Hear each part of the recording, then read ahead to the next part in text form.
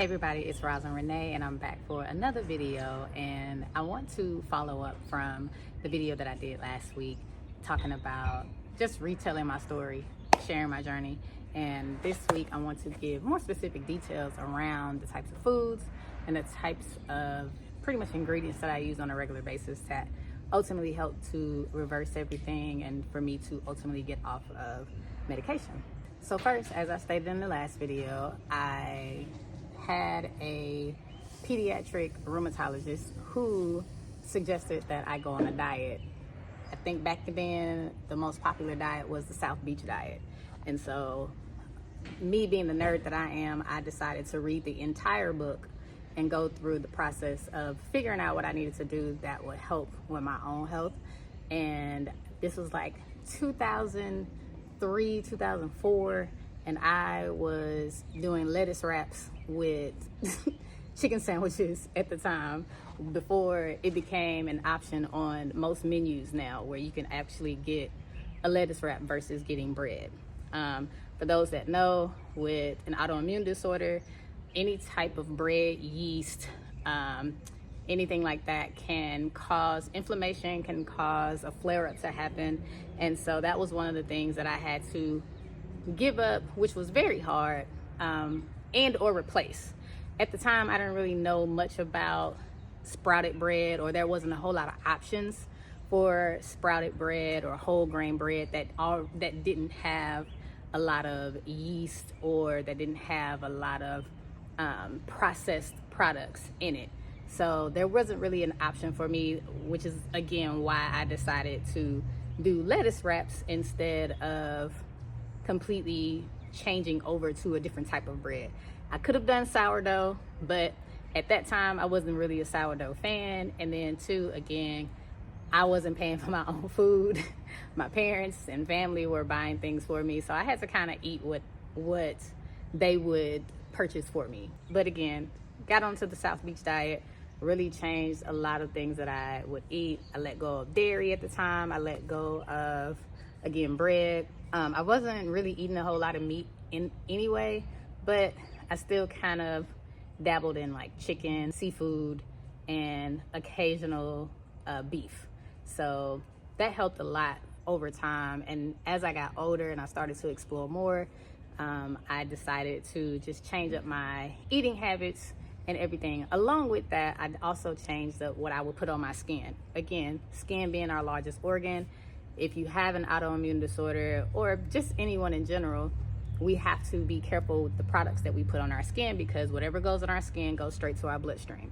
So I changed up what I was using. I was, using whatever generic Walmart brand of something that I could find, and I was putting it on my skin. Or there were some medical grade lotions that I had to use because of the lupus rashes that I had. So I had to buy the very expensive stuff. Thankfully, insurance covered a lot of that.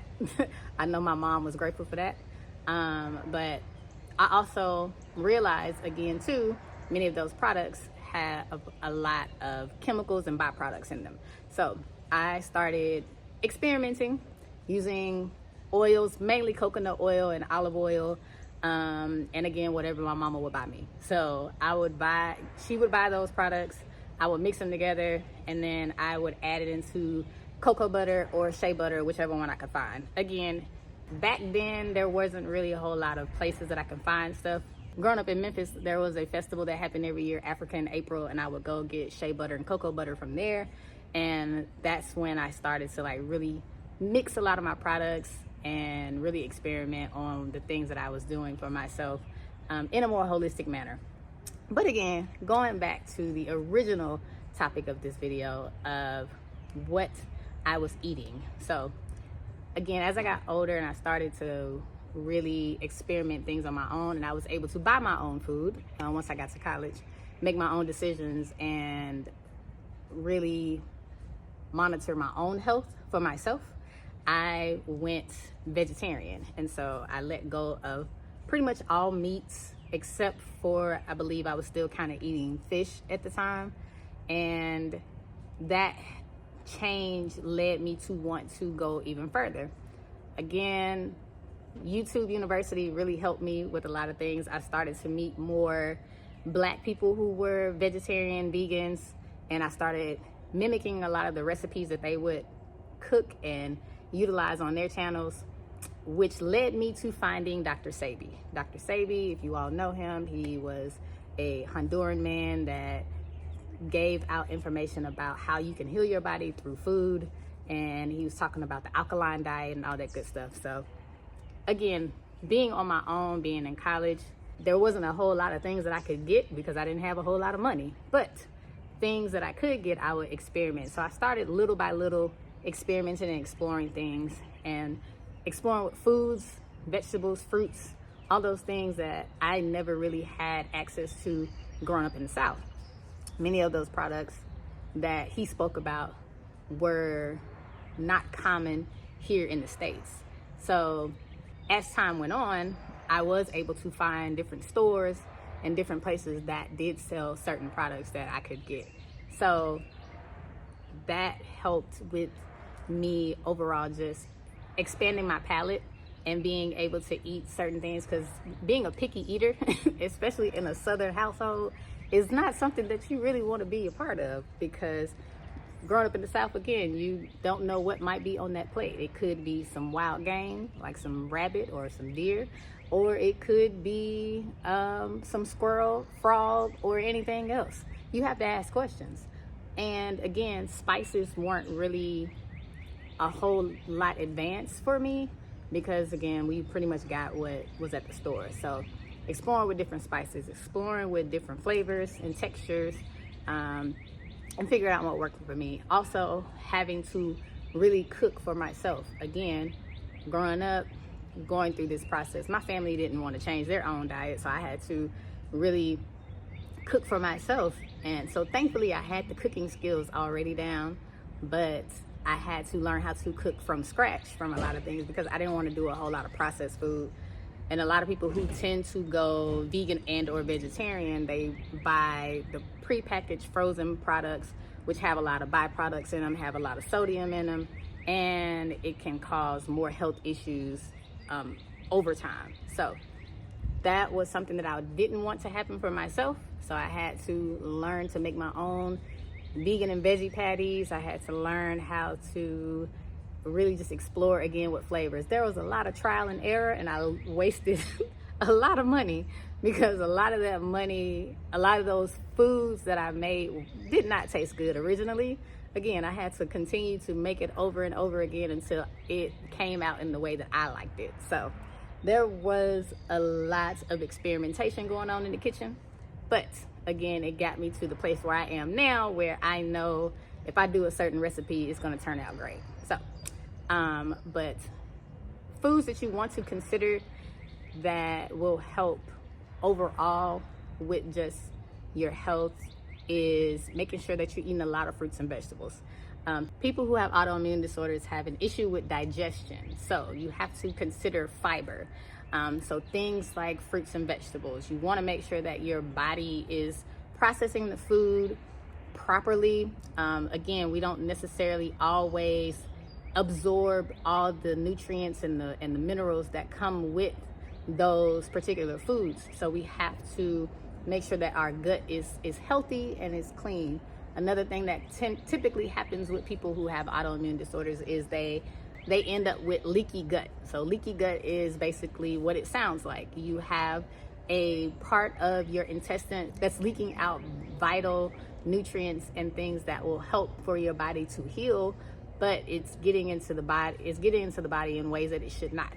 Things that have to be done in order to make sure that you are properly absorbing the food. So fiber is one of those things. You want to make sure that you're getting your fiber, because you don't want to have bloating, and the medications a lot of times do cause a lot of bloating, a lot of constipation, and just a lot of irritability. So you want to make sure that you're getting your fiber. You want to make sure you're getting enough protein, whether you want to do plant-based protein or animal-based protein. Now, everybody's different. What worked for me may not work for you.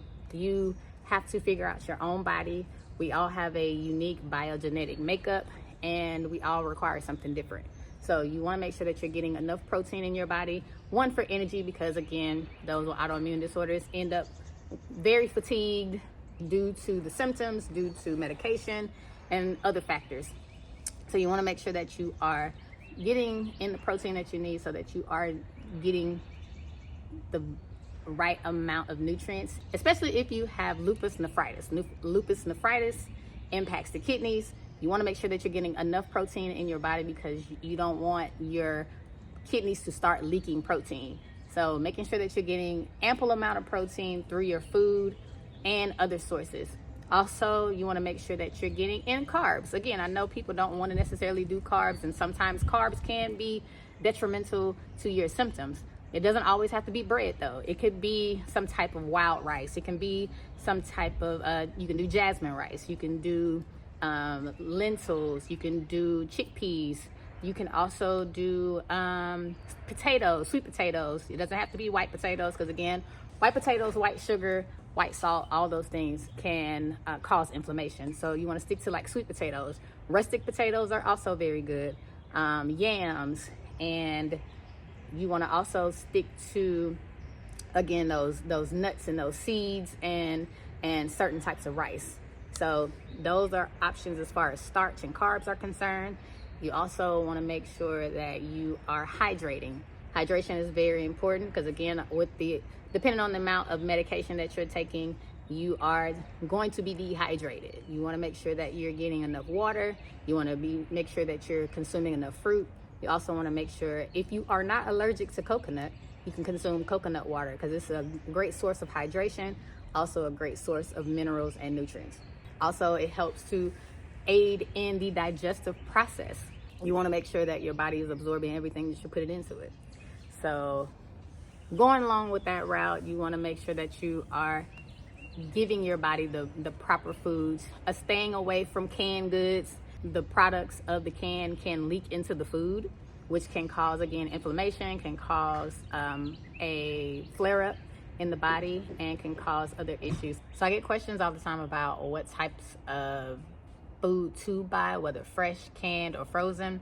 Ultimately, you want to go as fresh as possible. You want to go for fresh organic produce, fruits, vegetables, nuts, grains, all the products. You want to make sure that they're organic and then they're fresh. The most organic, true organic products are something that you either grow yourself or you get locally from a farmer or someone that you know that grows their own food. Truthfully, that's the most truthfully organic food that you will buy. Also, the next option would be frozen. Frozen is also good because it's generally frozen at the ripe stage of the produce, and you know that it's actually fresh and good. What you want to stay away from are canned goods. Canned goods can cause issues as far as inflammation or flare-up due to the fact that the material that the can is made out of can leak into the food depending on how long it's been in the can, because ultimately we don't know how long it's been there, and it can cause issues with your health, and it can lead to leaky gut syndrome. Typically, also, a lot of times canned goods have a lot of sodium. Even if it says no sodium, again, the materials from the can leak into the produce and can get into the food, which will get into your body, which will get into your system and cause a whole lot of issues. So you want to stay either fresh or frozen.